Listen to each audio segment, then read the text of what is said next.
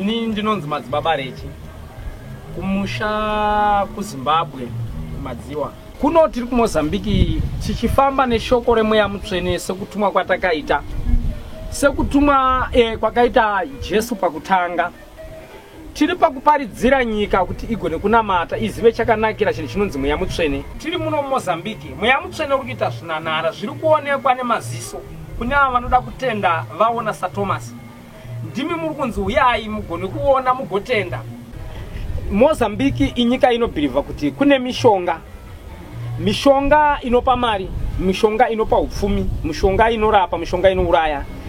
Isu nemuzita raJesu tinoti kwete hakuna izvozvo tiri kuzviramba, asi tiri kuti nemuzita rake iye mwanakomana Yesu Kristu ndiye anokwanisa kupa upfumi nemakomborero yaukaberekwa naye nokumutenda nokumuziva kuti ariko.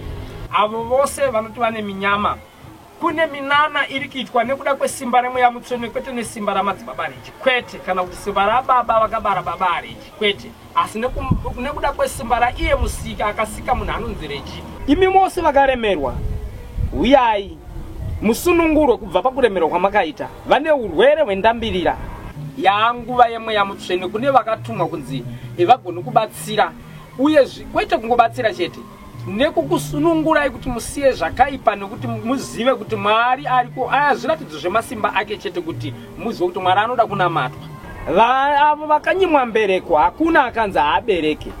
Mweya mutsvene uri mukukubatsirai.